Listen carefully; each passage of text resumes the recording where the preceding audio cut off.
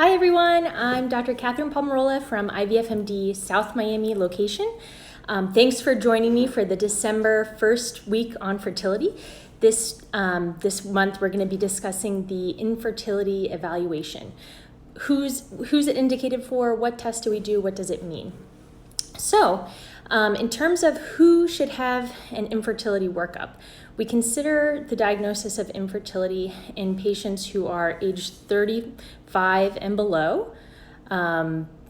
If they've been trying to conceive for over a year and they haven't gotten pregnant, they should undergo an infertility evaluation.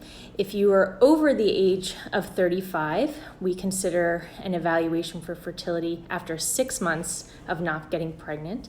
And then if you are over age 40, given the concern for the egg quality and abnormal eggs, we actually would consider an immediate evaluation if you're trying to conceive over the age of 40. Of course, if you have any known medical conditions that might affect fertility, such as endometriosis or fibroids, if you have a known Mullerian anomaly, or if you've previously had surgery that might have impacted your ovaries or fallopian tubes or uterus in any way, or similarly, any sort of medical condition that would have affected the sperm, or injuries or surgery that could have affected the sperm, we would consider evaluation much sooner than the year, 6 month, or even sooner. If you've had prior chemotherapy, if you've had prior radiation or bone marrow transplant, stem cell transplant, all of these individuals might consider an earlier fertility evaluation.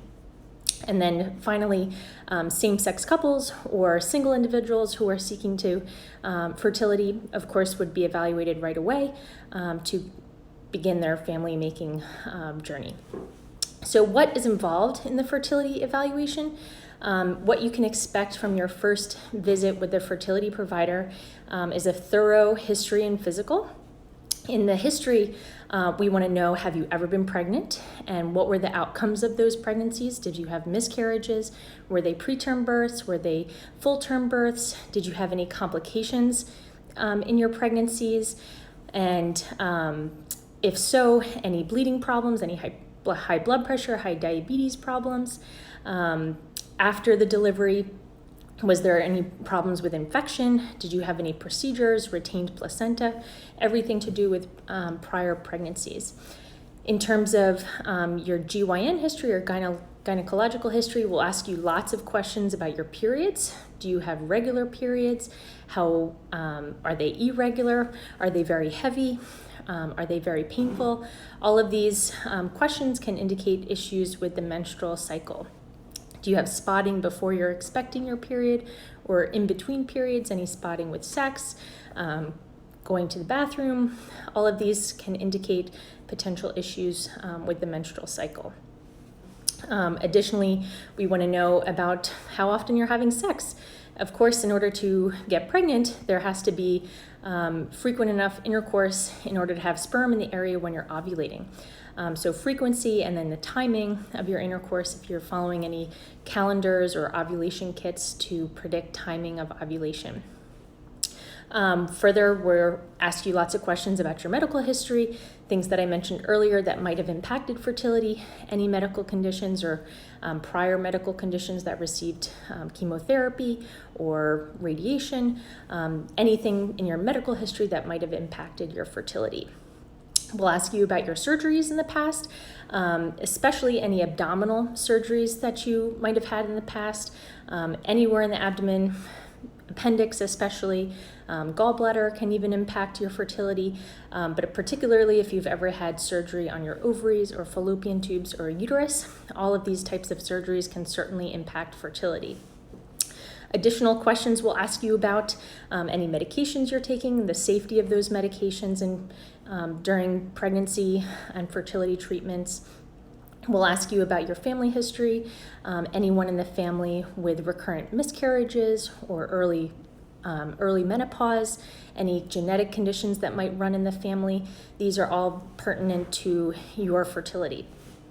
We'll ask about your social history, any toxic exposures that you might be regularly exposed to at work or in your hobbies, We'll of course ask about smoking. I hope none of you are smokers, because this is the worst thing for your fertility and your health in general, both for the eggs and for the sperm. We'll ask detailed questions about your alcohol intake and other recreational drugs, if any, as these can all be relevant to your fertility. Finally, if you're present there with a partner, male or female, we'll ask many questions medical history-wise about your partner as well, as they are an important part of this equation. After a very thorough history, which will involve many sensitive questions to keep in mind if you bring other family members, friends with you to that first appointment, after the thorough history, we'll do a physical exam. There's a couple of things that we're looking for on the physical exam during your fertility evaluation. Body hair distribution, excess body hair, either on the face, the chest, the neck, the back, lower abdomen. This can indicate polycystic ovary syndrome in some cases, or evidence of increased androgens. There's many reasons for increased androgens besides PCOS, but evidence of increased hair growth may point to this. Of course, there's ethnic variation and familial variation, but for you personally, if you've noticed increased hair growth, this will be evaluated during that physical exam. We also look for skin changes that might indicate insulin resistance, something called acanthosis nigrans, which is a darkening of the skin folds, especially at the neck or at the curl folds down below. This can be a sign of insulin resistance or diabetes. We'll be doing a breast exam to evaluate for galactorrhea or milk expression, as this can certainly impact fertility. I do a thorough abdominal exam to evaluate for any potential scars. We'll be taking your BMI as well, so abdominal girth is an important part of that. Body mass index and fat distribution can all contribute to fertility. Finally, we do a thorough genital exam, evaluating the vagina for evidence of estrogen. Women who have healthy levels of estrogen will have nice, moist, pink vaginas. If you are in early menopause, or if you're in a hypoestrogenic state, hypogonadal state, there might be paler vaginal mucosa, less vaginal secretions. Additionally, with the vaginal exam, we'll be able to see any evidence of Mullerian anomalies or septums, blockages in the vagina. This would be evaluated at the time of that exam. So after a very thorough physical exam, there is certainly some additional testing that we can either perform at that first appointment or with subsequent follow-up appointments. So we do several imaging evaluations. First, I start with the transvaginal ultrasound. I perform this for all of my patients at their first visit. This is an ultrasound performed vaginally, which is our best way of evaluating the pelvis.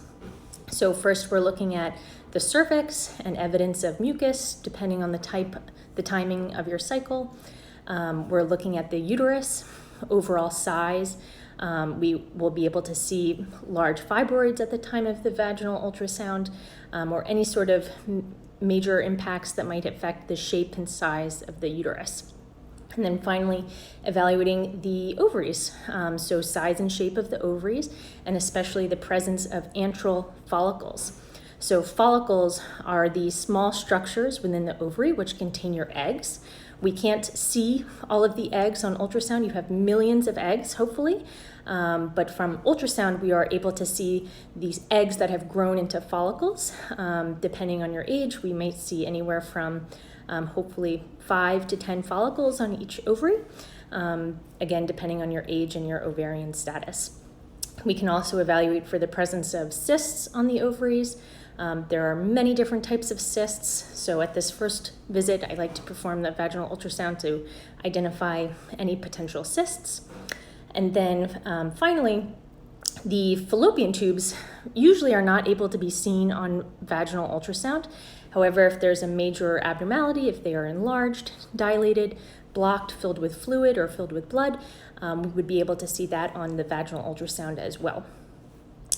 Two additional imaging studies that we consider are the hysterosalpingogram, or sometimes termed the HSG. So this is a study that is performed with a radiographic dye. We actually inject it into the uterus in order to see the fallopian tubes and confirm that the fallopian tubes are open and have a normal shape. We perform this study at a specific time in your menstrual cycle or at any time if you're on birth control pills so that we can thoroughly evaluate the fallopian tubes. Very critical test. Similarly, another test we sometimes consider is the saline-infused sonohysterogram, which is similar to the HSG, except that we're using an ultrasound and water inside the uterus, specifically looking at the lining of the uterus for any evidence of scar tissue, fibroids, or polyps based on your history. This is not always needed in every fertility evaluation. I personally do perform it before every frozen embryo transfer or anyone who's going forward with IVF, as we want to confirm 100% that there is no structural problems with the lining of the uterus before we go forward with an embryo transfer. But otherwise, as part of the initial fertility evaluation, it may not be indicated unless something is seen specifically on exam. Sometimes we do consider an MRI for additional imaging, particularly of the uterus. This is helpful if we're concerned about a Mullerian anomaly or an abnormal shape of the uterus. Sometimes there's something called a septum inside the uterus, or a bicornuate uterus as a term you might have heard, or sometimes an MRI is very helpful in terms of the interpretation of fibroid location and size. Not always needed, but sometimes an MRI can be helpful in the fertility evaluation. Beyond imaging studies, there are many blood tests that we perform during our fertility evaluation. We look at many different hormone levels. So specifically, we are looking at the thyroid, a TSH level. The thyroid gland is critical to normal menstrual cycles.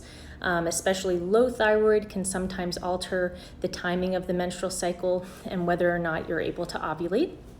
Thyroid is also critical in the early stages of pregnancy, and abnormal thyroid levels certainly can contribute to miscarriage.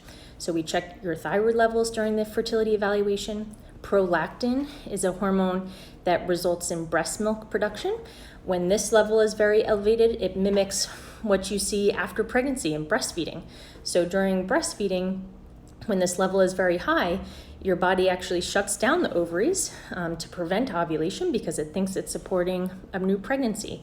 So it conserves energy. Your body will stop the ovulation in order to be able to support what it thinks is a growing baby through breastfeeding. So prolactin is a level that we check. It can be elevated for other reasons besides breastfeeding. So further investigation sometimes is needed if we find high levels of prolactin. This test is very, unfortunately, it's easy to find an elevated prolactin level. Things like exercise, eating, any sort of nipple stimulation, intercourse can result in higher values. So often we will request you to have your prolactin level fasting in the morning without recent intercourse, without recent exercise, in order to see the most true levels. Additionally, we evaluate the vitamin D levels. This is found to be critical for health and health of the oocytes, health of the pregnancy. And even in sunny Florida, we see many patients with low vitamin D levels, believe it or not. Certainly if you're in the higher latitudes, where I came from in New York, almost everybody we checked was vitamin D deficient, but still in sunny South Florida, we still see many patients who are vitamin D deficient, easily fixed with vitamin D supplements. Additionally, we evaluate many hormones having to do with the ovary. I got several questions about the AMH level, which we'll come to soon. But AMH is an overall assessment of the ovarian follicle numbers or egg numbers. This is a very difficult test to interpret between labs. It can be very particular in terms of the level between different labs. Each lab has a standard curve that we can interpret the level based on that lab. But again, we'll come back to some more particular questions about the AMH. This is one assessment of the ovarian egg numbers. We also evaluate hormone levels at the beginning of the period, cycle day 2 or 3 of bleeding. we're looking at estrogen levels as well as two hormones that are secreted from the brain to result in egg and follicle formation, FSH and LH. When these levels are abnormal, they may hint to either very low. If the numbers are very, very low, that might mean you are suppressed, hypogonadal, suppressed at the level of the pituitary, which is a very small structure within the brain. If they are very elevated, that can sometimes, unfortunately, indicate early menopause, depending on age. So these are critical to interpreting the ovarian status. We also often consider checking a progesterone level later in the period after ovulation. The progesterone is the hormone that supports pregnancy. And after ovulation, the follicle, the structure that produced the egg, now changes its role and produces progesterone in order to support early pregnancy. So patients who have lower levels of progesterone may sometimes experience spotting before their period comes on, and a low level of progesterone certainly is concerning and difficult to support a pregnancy. So this is an early, easy check that we can do to confirm that progesterone levels are normal. Additional testing is sometimes considered for patients with PCOS, looking at the different testosterone levels and androgen, as well as metabolic status. PCOS is a whole nother conversation that we can likely have a full first week on fertility topic discussion on, but we do perform additional testing for patients with PCOS. We perform additional testing for patients who've had recurrent miscarriages, looking at possible etiologies, and patients who we're concerned that have early menopause. Average age of menopause is 51, and early menopause is considered when patients stop their periods before age 40. So certainly additional testing is warranted, lab testing is warranted for patients that we're concerned have early menopause. Many fertility practices, including IVFMD, recommend genetic screening for both the patient and their partner. Genetic screening is constantly evolving. Currently, we have genetic screens that are looking at close to 300 different genetic disorders. Many of you would have known if you have a genetic disorder by this time, you would have had symptoms. But if you are a carrier for a genetic disease, you would never know, you'd often never have symptoms. So the purpose of the genetic screen is to make sure that you and your partner are compatible. If you have the same genetic condition, if you're a carrier for the same genetic condition, it's under that circumstance when you are at risk of producing an affected baby. If you're both affected or both carriers of a genetic condition, then you have about a 25% chance of having an affected baby by that genetic disorder. So we like to know that in advance. Certainly, this is often an optional test. Patients can decline if they don't want to do the genetic testing. But if they proceed and are found to both be carriers of the same condition, we do have options to make sure that there is not an affected child.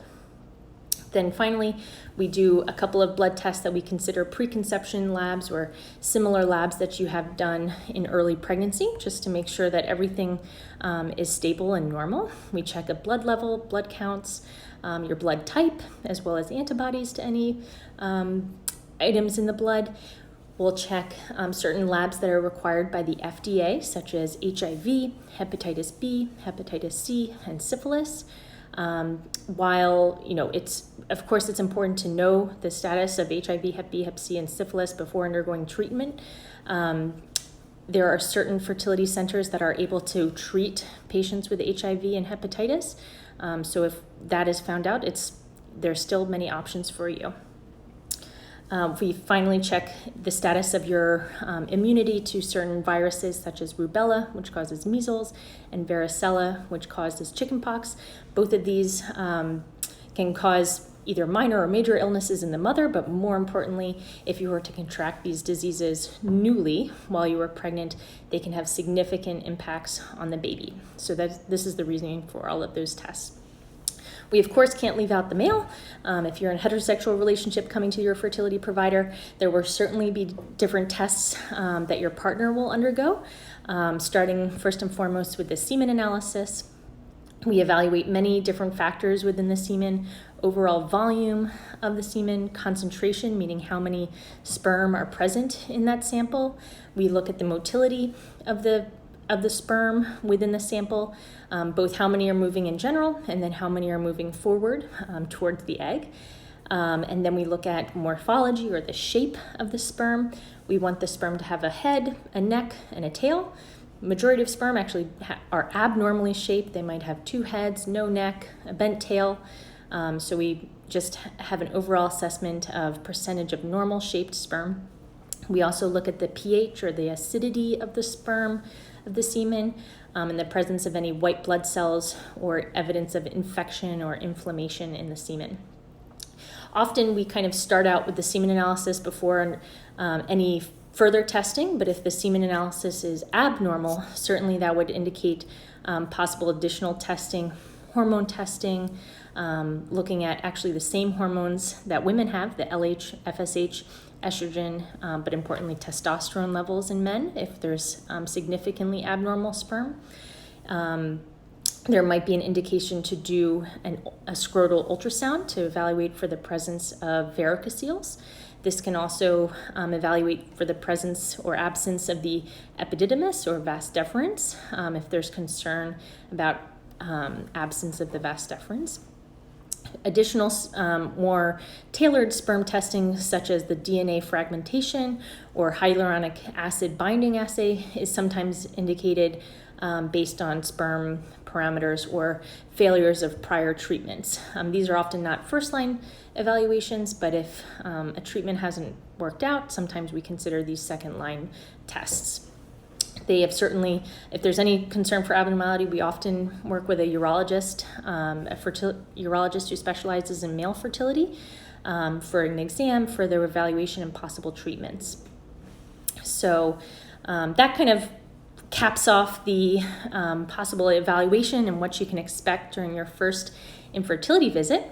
I did receive a few questions, which I'll go through now. And certainly, if anybody has additional questions, please don't hesitate to ask. I had several patients ask about what the AMH levels mean. What do we do with these results? So as I mentioned earlier, AMH is a very difficult, it's a difficult test to interpret because from lab to lab, from group practice to practice, we each use often a different lab. And every lab has its own standard curve, meaning this test is very difficult to replicate between different labs. But within a lab, if our practice works with most often Unilab, which is just one of the many labs out there, we are able to interpret that AMH level based on all of the results that we've gotten from Unilab.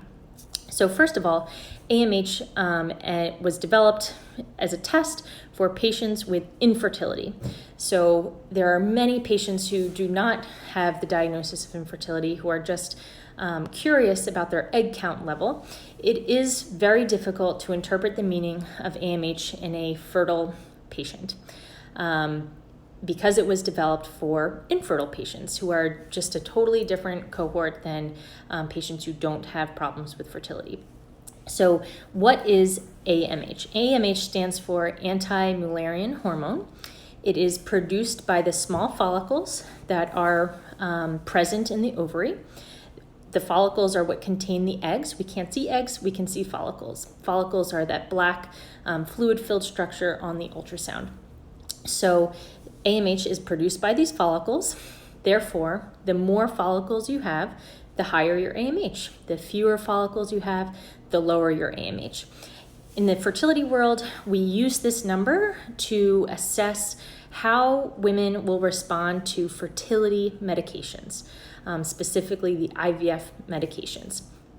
Having a very, very high AMH, over 5, for example, can sometimes indicate PCOS. However, it is not considered in the diagnostic criteria. Just having elevated AMH does not mean you have the diagnosis of PCOS. Many other factors go into the diagnosis of PCOS. But similarly, in contrast, on the other end of the spectrum, if you have a very, very low AMH, it is concerning for low egg numbers. There are standardized curves. For example, at IVFMD, we've evaluated all of our patients' AMH by age, and we've come up with average numbers by age. And certainly as women age, the AMH levels go down. But we can compare your result by age to the average AMH for patients with infertility who are being seen at our practice. So when the number is much lower than we would expect for your age, this would be concerning for low egg reserve. AMH does not indicate your chances of pregnancy. So for patients who are not infertile, they're just curious about their egg reserve and end up having a very low AMH. This does not indicate that they will have difficulty getting pregnant. Where I was formerly training at Columbia, they did actually do a study of AMH levels in non-infertile patients, random patients, random college students or hospital workers, people who were not suffering from infertility, to evaluate their AMH levels. They were offered a free consult based on the results, and certainly the patients who came back with very low numbers often followed through with a consult.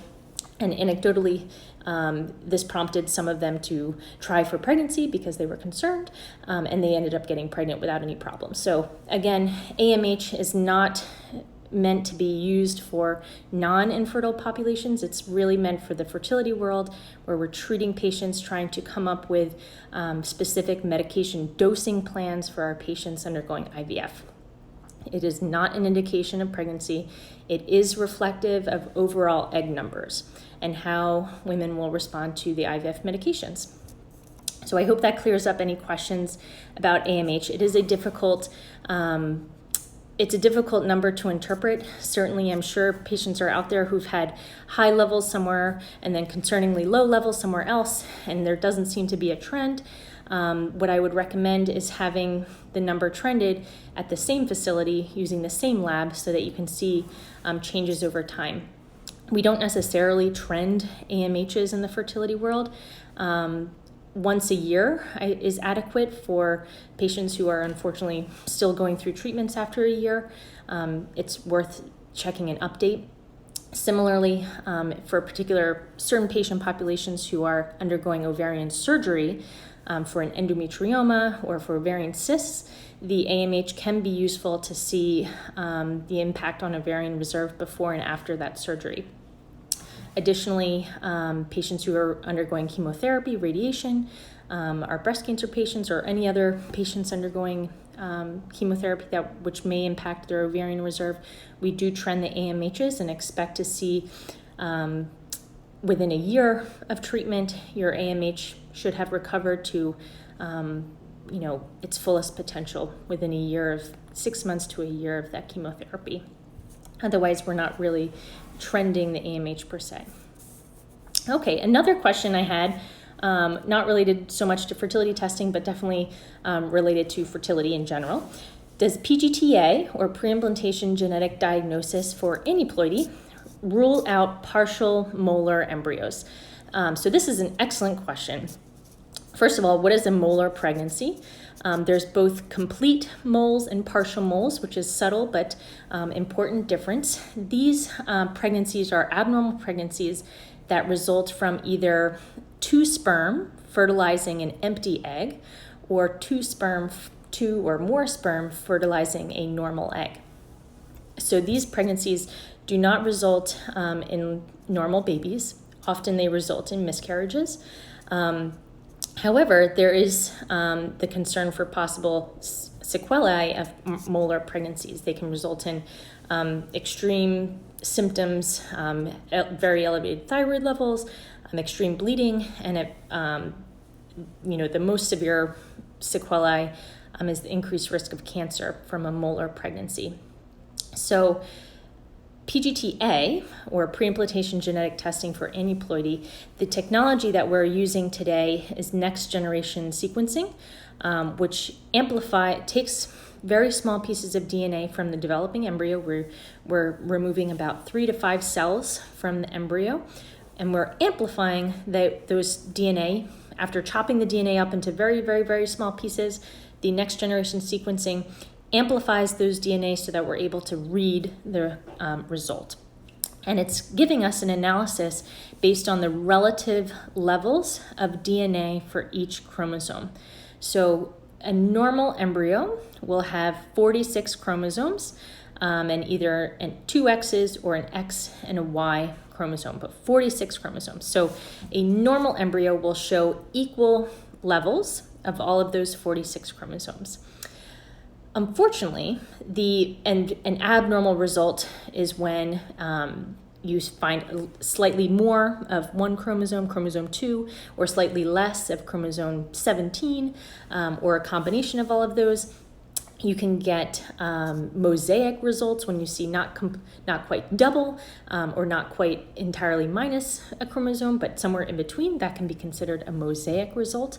But a normal result shows equal levels of all of the different chromosomes. The trouble with molar pregnancies is that they actually, the most common molar pregnancy for a complete mole is a 46XX or a 46XY embryo, resulting from either two X sperms or an X and a Y sperm. So this will unfortunately show normal levels of chromosomes. A complete mole cannot be detected by pre-implantation genetic testing, unfortunately, using the technology, the next generation sequencing technology. Similarly, the partial moles, which often are triploid, meaning one egg with 2 sperm or one egg with 3 sperm or more, tetroid or triploid or tetraploid, they also have more than the normal amount of chromosomes, but comparing them across chromosomes, all of the chromosomes have an equivalent amount of DNA. So this similarly is also hidden from the genetic testing pickup using the next generation sequencing. Older technologies that we used to use for pre-implantation genetic testing would have been able to detect partial moles or complete moles. However, given the other downsides of the older technology, across the board, we're using next generation sequencing because of the highly sophisticated and in-depth results that we get. But this is the one downside of the NGS. It's not able to detect molar pregnancies. So I think that concludes our talk on fertility workup with the additional questions sent in by listeners. Thank you so much for tuning in. And I look forward to any additional questions that you may send me personally, and look forward to a January. Very happy holidays to everybody. Happy New Year, and tune in for the January 1st week on fertility next month. All right, take care. Bye.